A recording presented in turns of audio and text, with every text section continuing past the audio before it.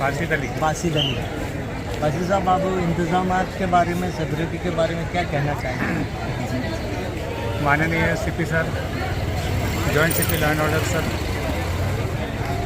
Additional CP Mahesh Patil sir, DCP zone 6 Sameer Shaikh sir, इनके आदेश के अनुसार यमुनार पुलिस स्टेशन में 2 एसीपी, 10 इंस्पेक्टर, 50 एपीआई पीएसआई और 500 से ज़्यादा पुलिस संबंधित स्टाफ यहाँ पर तैनात हैं।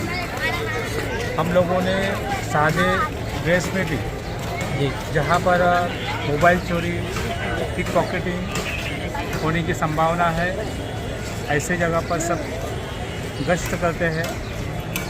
और जहाँ पर जो हम लोग को डाउटफुल नज़र आते हैं उनके ऊपर हम लोग कार्रवाई करते हैं। और इसमें QR कोड जो BMC ने लगा रखा है एक बकरे के ऊपर, तो वहाँ पर भी हमारा एक स्टिंग ऑपरेशन होता है, वहाँ पर भी सख्त पहरेदारी होती है जी, ताकि कोई बोगस QR कोड बनाकर ले ना जा सके।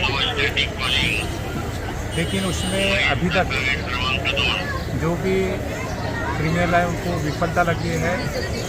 एक ही बकरा चोरी यहाँ से नहीं हुआ है और मेजर इंसिडेंट नहीं, मेजर कोई इंसिडेंट नहीं हुआ।